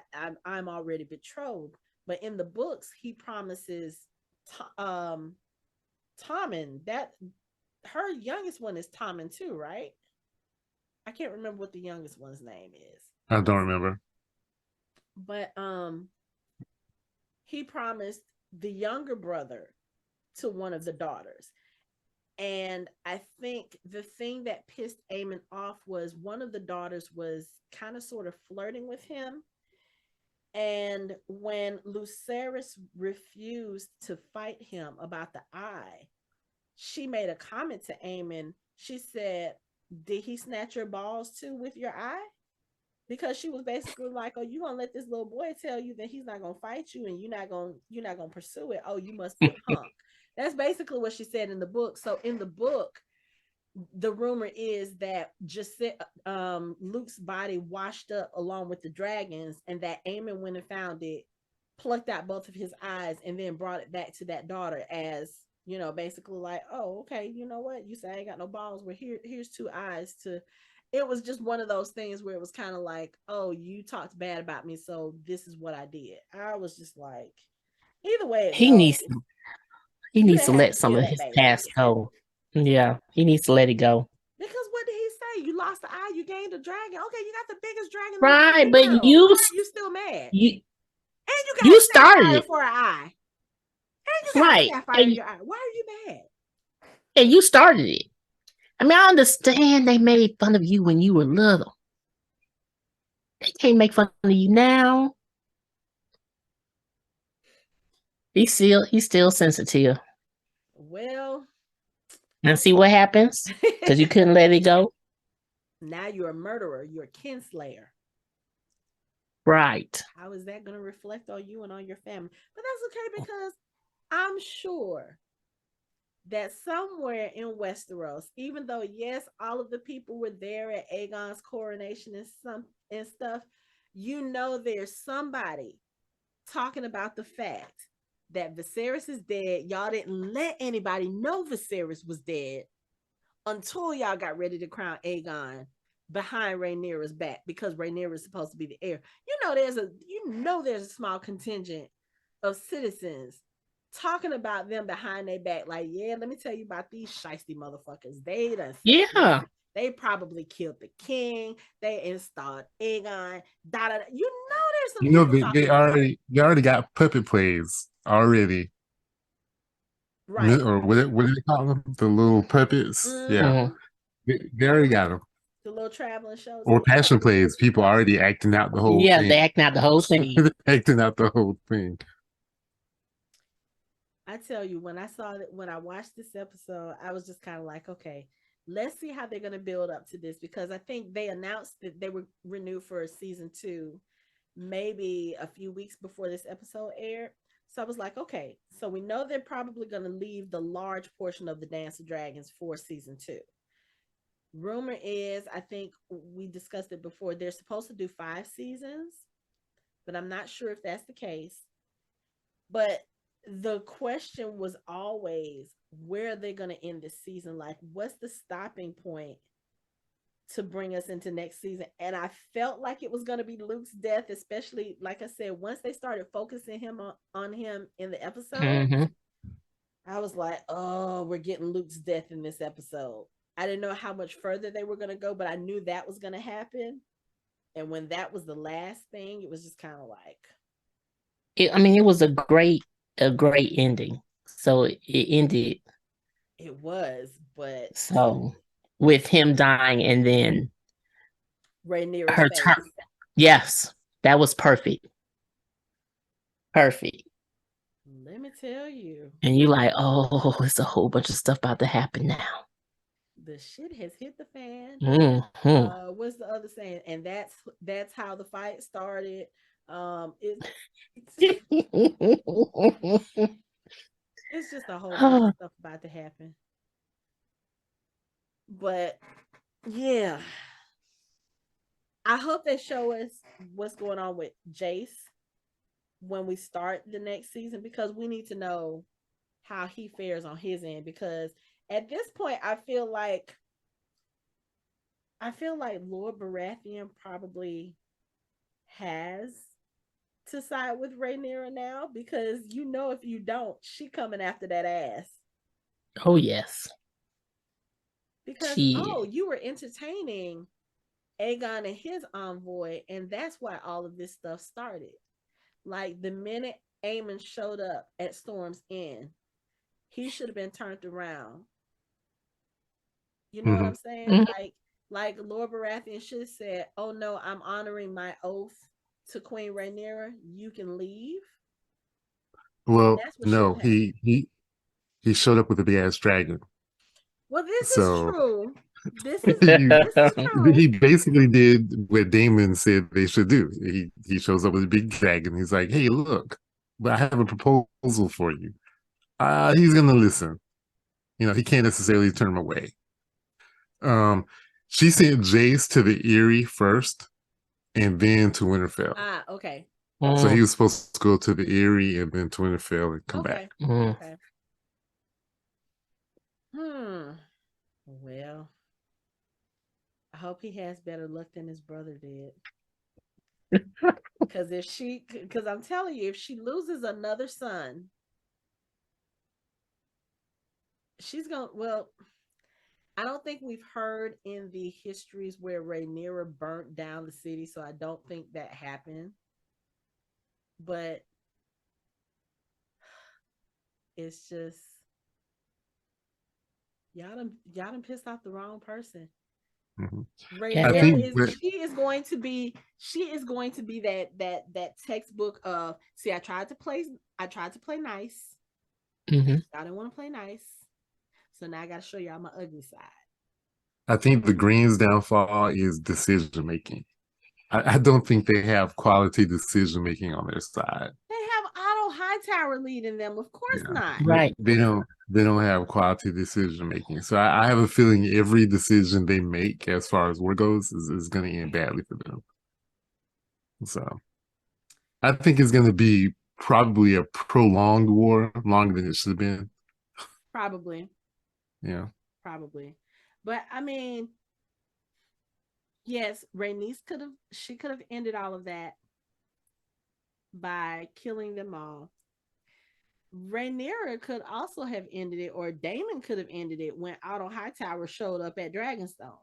Because Yeah. I'm sorry, he would have showed up at Dragonstone. Me being in the mind frame of, my father is dead.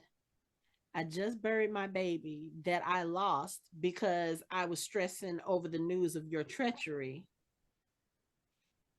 Otto would have been Dragon Barbecue. All of them would have been. I no, and I don't even And believe they Aegon. bought the best. They bought the best Kingsguard there because Yep. Eric was there. They So would have been dead they too. would have all be dead. I probably would have left Eric alive and been like, okay, so you be the witness. You go back and tell them this is the shit that this is our answer to your fucking proposal. And if you want to send more Kingsguard, we have 14 dragons who will be very pleased to barbecue them. And that would have been it. Rhaenyra she has a tighter grip on her emotions and on her anger than I do, because they would have all been toast. I wouldn't have even held them back and been like, babe, go do what you want to do. Just, Yeah. yeah, go do it. Go wipe them all out. Yeah. I don't care. Just make sure you clean the bodies from the castle before we go back. Just, yeah. Because the counter proposal should have been, you have 1 week to vacate the premises. Right. Please take your children to Old Town and we will leave you be. Otherwise, be prepared for Sunday's barbecue. That's it. Right. Be prepared to die. Be prepared to die. But, whew, I mean, again, everything that Rhaenyra has had to go through in the series by itself, but just in these last 2 episodes, father, daughter, son. Your husband is on your side, but pissed off at you. Like, he literally grabbed her by the throat and was choking her because he was not let in on the secret of Aegon's dream. And I was like, dude, that should tell you right there, you are not fit to be king. You got mad because you weren't told a secret, and you just sat here and threatened your wife, who is the queen. She technically could have had him killed for that. Yeah. But he was filled with emotions. I think it was that. Yeah. I think it was, now I'm having to listen to my wife who's in charge Mm-hmm. when I want to be in charge. It was just, he was pent up. And he was still grieving his brother and his child. So And even though she about to pass out, I'm glad she didn't back down. You didn't know. All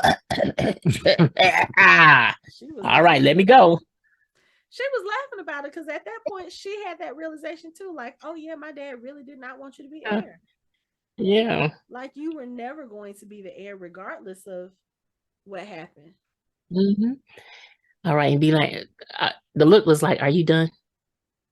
Are you done? Okay, thank you. Okay, now this is what we gonna do." Mm-hmm. Oh well. So we have Viserys dead. We have Luke dead. We have Rhaenyra about to go start a war. Or Yep. excuse me, I'm not saying she's gonna start the war. And technically speaking, Aemon started the war when he killed his nephew. Yep. Yep, he did. Yep. The other issue they got, I'm sorry, I'm just thinking strategically that Corlys and Daemon have been in war. Like, who did the Greens have who've done any of that shit? No.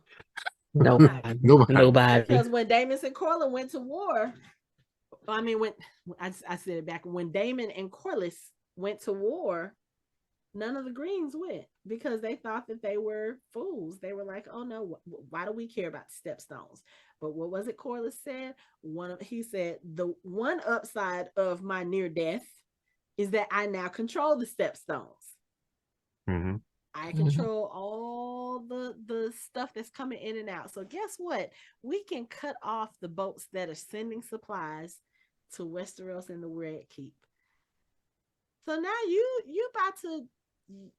you're about to be in a war. You're gonna have no supplies, and then Rhaenys is like she's gonna take her dragon and she's gonna go patrol the gullet. So now she's all in. I was like, Mm-hmm. okay, this is going to be interesting because one, you have a king who's king and does not want to be king. So how is he going to react to all of this that's going on? You have Alicent who, even though yes, I think she has her son's interest at heart and her children's interest at heart, I don't think she wanted harm to come to any of Rhaenyra's children because technically speaking, they are all still related. I Mm-hmm. don't think she wanted that, but now she's going to be stuck in between supporting her son and trying to.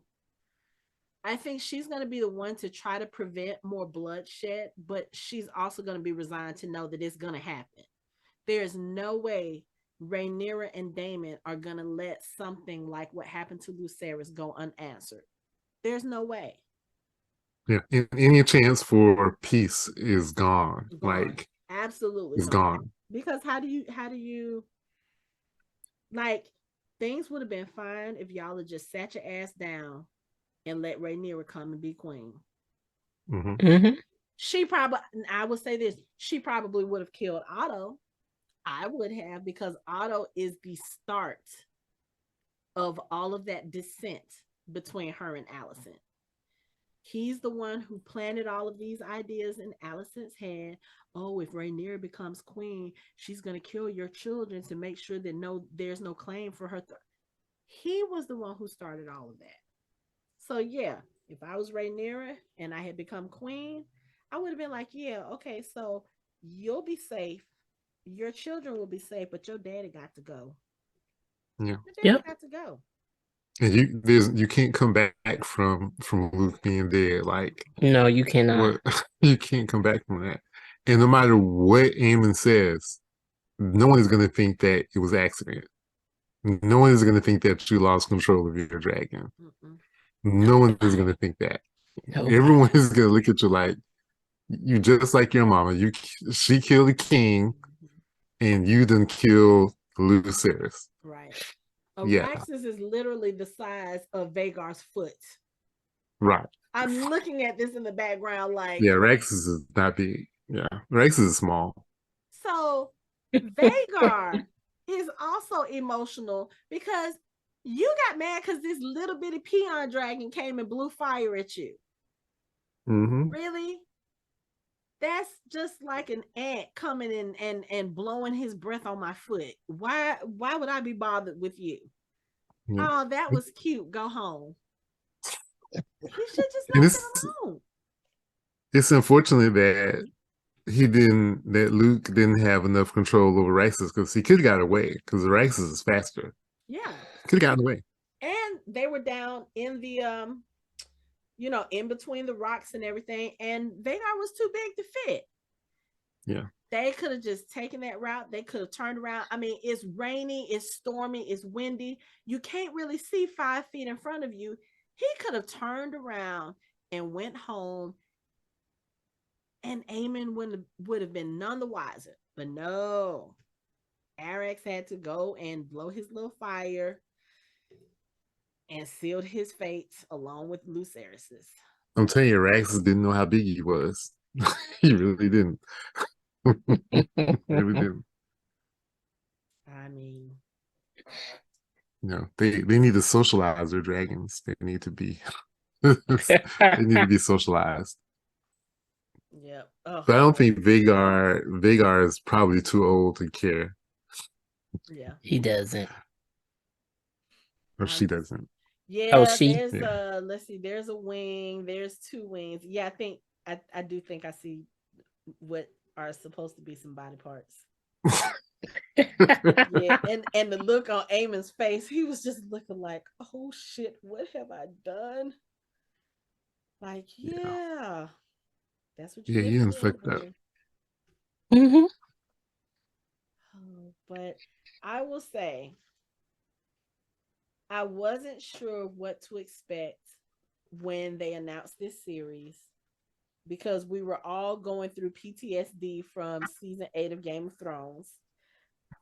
And I can't say that I don't think there's been anything that I really didn't like about it. I mean, the constant time jumps have bothered me because I felt like we should have seen a little bit more background. But again, if you think about it, they are telling a story based on Fire and Blood, and those stories in there are just it's like eyewitness accounts or third person accounts. So they filled in a lot of blanks, and I like that, but I feel like there's some other things that I think they could have done a little bit better. As far as Damon's character, yes, I get it. He's supposed to be the cold hearted. He's supposed to be the strong one. He's the one that's unpredictable. But there are other aspects to his personality that they purposefully did not show us in this season. And I felt like they should have. Like, show us that there are more well-rounded Targaryens. Like, you have Viserys, who is on one end of the spectrum. You have Rhaenyra, who is on that same end of the spectrum. You have Daemon on the other end of the spectrum, but it would have been nice to see a little bit of a mixture in actually any of those characters. But I really would have loved to see it in Daemon, because we always see the typical bad boys. I would have loved to have seen him be a little bit more, I don't know, human, I guess, in a way. based in reality a little Yeah, bit. well, yeah, because I think they wanted him portrayed a certain way, and I don't necessarily think, okay, this is going to be related to what I was thinking already. Is I think I remember reading that they weren't really sure if they were going to get more than a season. Mm-hmm. Okay. So they were trying to put as much in as they could, and that didn't leave a lot for character development because they just weren't sure. And I also believe, I talked about this before, that the HBO executives, they want to see Targaryens and they want to see dragons. Yeah. All the other stuff they could care less. So I can imagine them sitting there going like, oh, I liked him better when he was just like a cold dude who didn't have a heart. You know what I'm saying? Like, they probably kind of steer them towards cutting those scenes out because it didn't fit with what the HBO execs wanted for that character. Do you understand what I'm saying? Yeah. And it kind of sucks that's how they have to do it. But look, they spent $30 million on the episode that they just never gonna air. Like Don't they even. you know They just should I don't know air what's it, going period. on We're over not even gonna talk about HBO, that. but we're not gonna talk about James Gunn coming in and firing a whole pantheon of people. And it's like, oh yeah, everything is great, everything is good. Henry Cavill, you're fired. Gal Gadot, you're fired. We're just gonna, you know what? We're just gonna start over. Oh, Rock, you might be able to hang around or what? He just don't want to piss the Rock off. So I don't know. HBO is really weird in their front office. If it was a sports team, would just say something's going on with their management. Like it's a winning team, but the management keeps making these weird decisions. And one of them is make Daemon less human and make him more Targaryen. Make him, and it doesn't make any sense. We already have. I don't know if they just didn't want him to be very similar to Viserys. Like it would make him more sympathetic. And I don't know.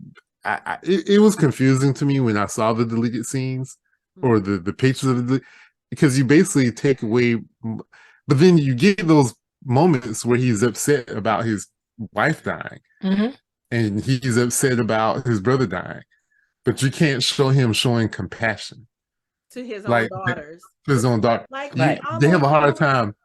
We see almost no interaction between him and his daughters in this show. At all. None. And especially once she died, once Lady Lena died, you see almost no interaction with him and his daughters.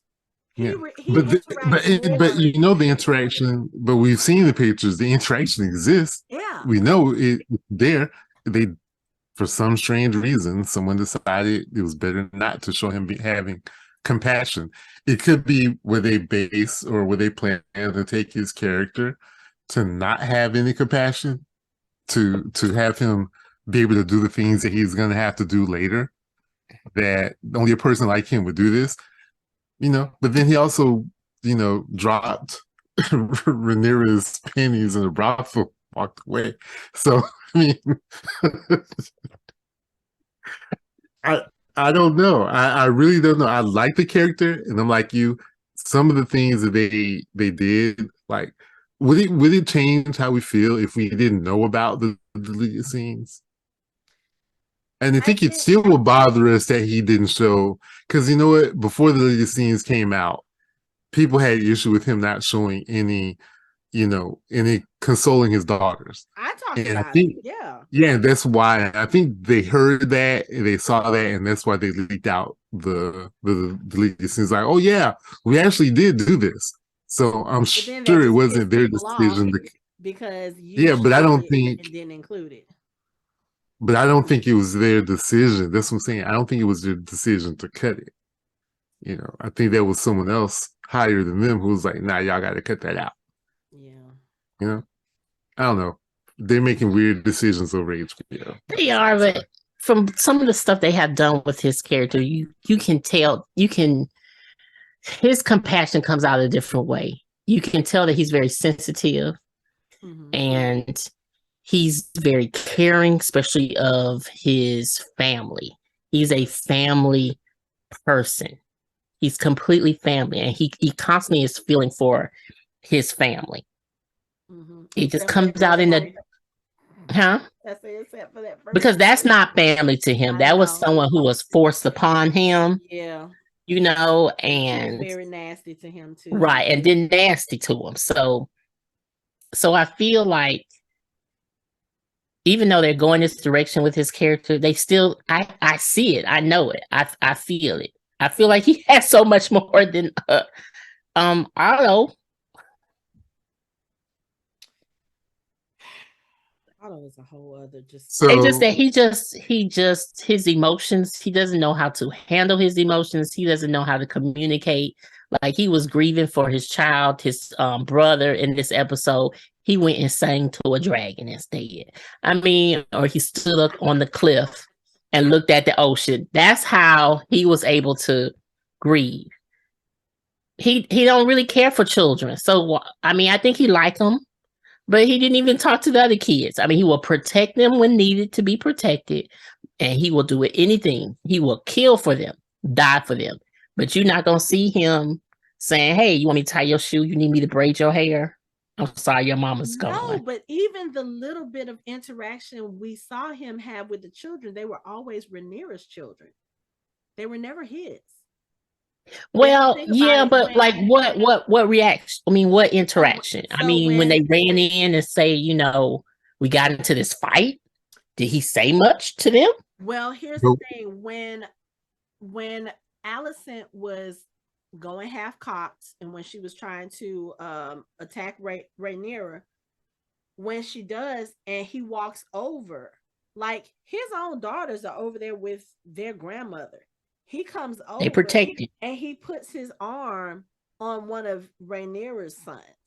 Same thing in the dinner scene. Like when they start to have this little dust up, he interacts with, I think it was Jace. Jace Oh yeah, was he told him take his ass to bed. He said, go home. Yeah, but that's the thing though. He was talking to them. They were all trying to fight. Baylor was over there ready to crack some skulls because the guys were messing with her man. Right. He But didn't he don't say have to anything protect them. different. He don't have to protect them. First of all, they legitimate. And he know that. They are still his daughters, and we I, still I, see I more interaction with him and his nephew stepchildren. but not no tender interaction. The only tender interaction when he actually interacted was with his own child. When they sitting there fireside reading the book, that's the only tender interaction. All the other interaction was either, okay, we about to have some situation here. You need to go here because you about to get in a fight. But like personal connection has only been his child. And it's the one who rides the dragon. Right? Correct. But see, that's the No, other thing that it is bothered the me one. too. Yeah, that's the Yeah, only it one is that the one. he. So, but It's honestly, right, that's the right. only one where he actually has like a bonding moment. The other ones could have been a teacher. It could have been anybody telling them to go to bed. Let me stand by you because you about to get harassed. I know, but the fact that they purposefully made it Daemon is just like, Yeah, even though yes, it was more of a stern interaction, or it was more of an authority figure interaction, it's still a parental interaction that we did not see with his own children. Yeah. So that we was have my seen it. whole. We've seen it, No, It's a, I'm but a little saying bit. aside from that, but you're talking about one scene in one Well, episode, yeah, one moment where there are yeah. multiples with him and the other ones. Even in this one, when Jaecerys comes in and was like, "My mom said don't do anything." He was like, "Come on, you're about to see what loyalty is." He takes Jace to that cliffside to show him, okay, this is how we ascertain who is loyal, who Mm-hmm. is not. Like he has those moments with Jace. You see Rhaenyra interacting with the girls more than you do Daemon, which is weird. You Yeah. know, But like could it also be sex too? I mean, could it be that? Like he's gonna take care of the boys because they know the girls are taken care oh, of. you mean their gender? Because when you The said sex, gender. I was like, wait, what? yeah. Well, No, I okay, mean, I'm sorry, She meant gender. gender. it it could be, but Could it be it could be. training, trying to train because we have lack of training? But I guess my thing too is, yes, your girls are legitimate Targaryens, but they are also betrothed to these boys who everybody knows are bastards. So Right, they are that's true. still going to be targets. Right, So and he feels that all of them are family anyway. I just brought that up that he doesn't have to be worried about his girls. mm. Can we find out why the show only has 2 Golden Globe nominations? Okay, so I'm Like, gonna say how did Matt this. Smith not get a Oh, nomination for a I Golden Globe? thought he did. I thought he got a Golden Did he? Globe nomination. He I and thought I it was believe just. Millie got Golden I Globe thought I nominations. thought it was Emmy and the show. Oh, hold on. Emmy Darcy and the show got nominated. That's it. Well, okay, so I'm trying to think. Was that Golden Globes or Critics' Choice? Because I know I believe he got nominated for Critics' Choice. I thought he got nominated for Golden Globes. But I would say this, for a long time, award shows, like I've gotten to the point where just those two. I stopped watching award shows because they really genre TV, I feel like, has some of the best acting performances, period. And those big award shows never pay attention to genre shows, fantasy shows. You think about Rick Grimes in The Walking Dead, some of the best acting, period. Never been nominated. Sam Heughan from Outlander. Let's talk about seasons 1 and 2 specifically. Let's talk about the end of season 1 specifically. Never been nominated. I don't understand that. I don't understand that. You have these people who, just because they're in this particular genre or fantasy or science fiction, it's like you write off the performances. And again, some of the best performances you may see on TV. Yep. So, side note, Angela Bassett got nominated for Wakanda Forever. So, oh yes, I did see that. And that was one of those performances that no one could ignore. Just saying. Yeah. So let's see. Yes, Golden Globe. It was only for 2. Nomination for Emma Darcy. She did get that. They also got Best Television Series Drama nomination for Golden Globes.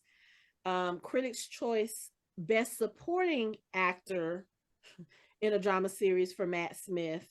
Best Supporting Actress for Drama Series, Millie Alcott, Critics' Choice. They are nominated for People's Choice Award for Favorite Sci-Fi Fantasy Show. So yeah, let's see, what else is this?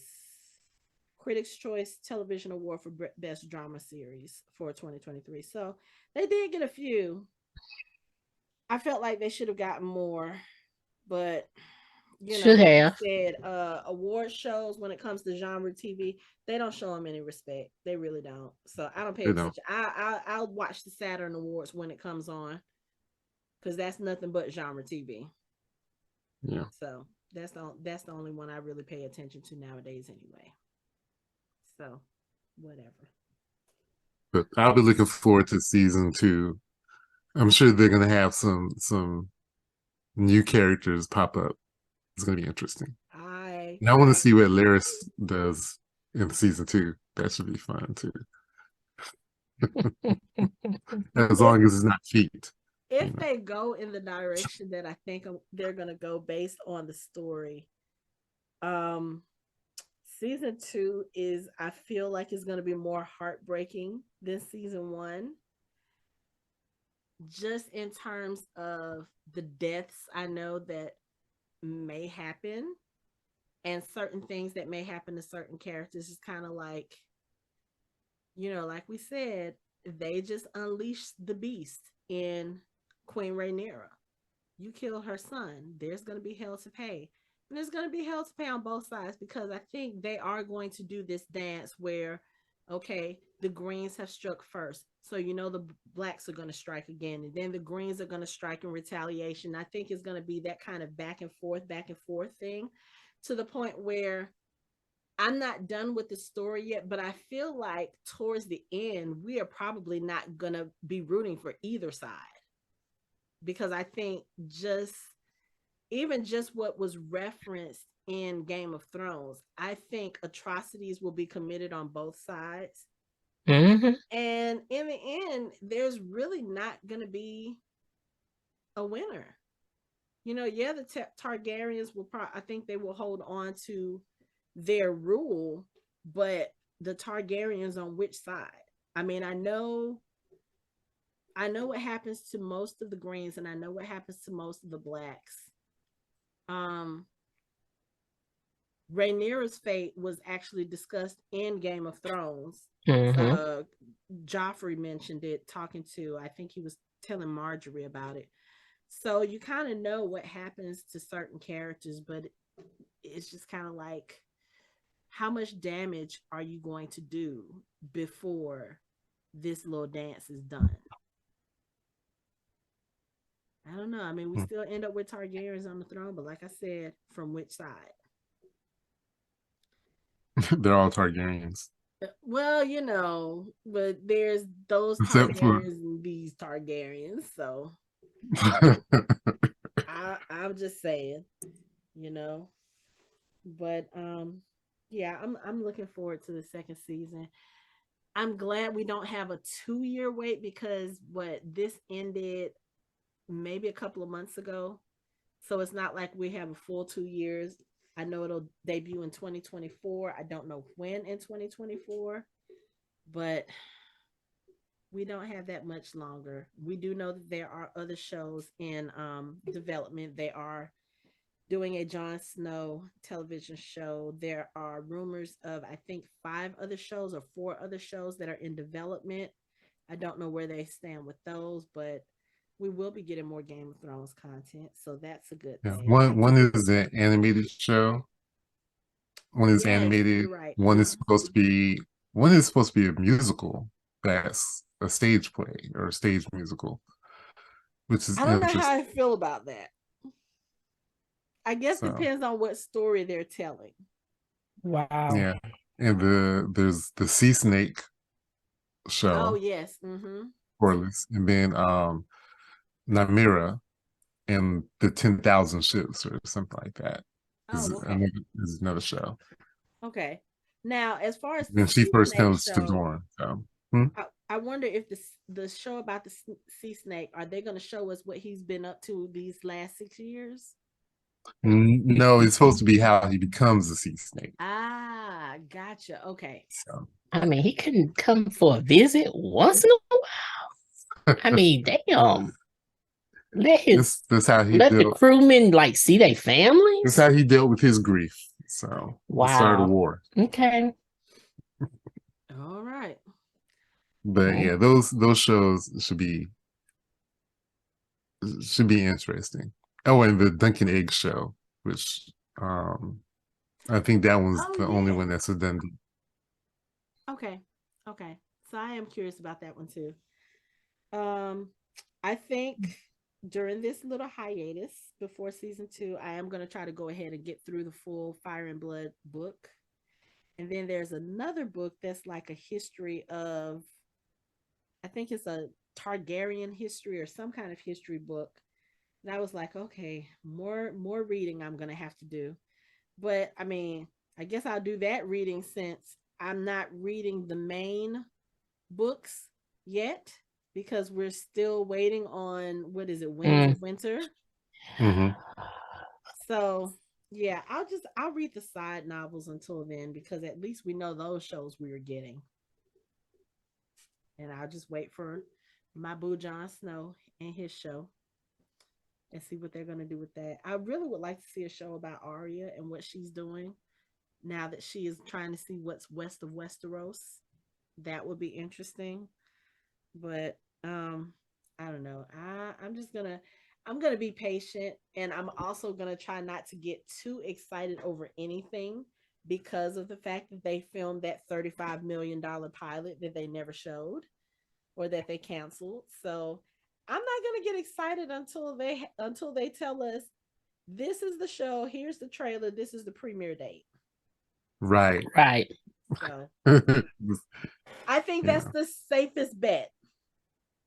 I think that's Yeah. the Yeah. safest bet. Hmm. That's the only bet. Right, right. Really.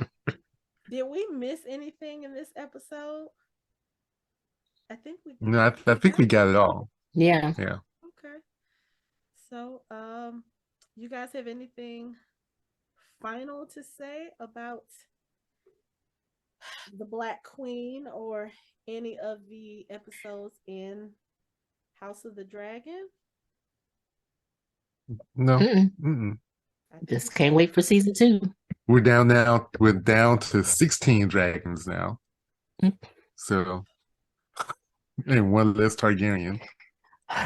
You know what? And on that note, that's going to be it for our show. You can find us online at www.fandomhybrid.com. We are on social media on Facebook, Instagram, and Twitter at Fandom Hybrid. We have a YouTube channel that you can watch our videos on. We have a Discord channel that you can chat with us on. And you can find us on all major podcast streaming platforms. Thanks for listening. We hope you join the conversation next time.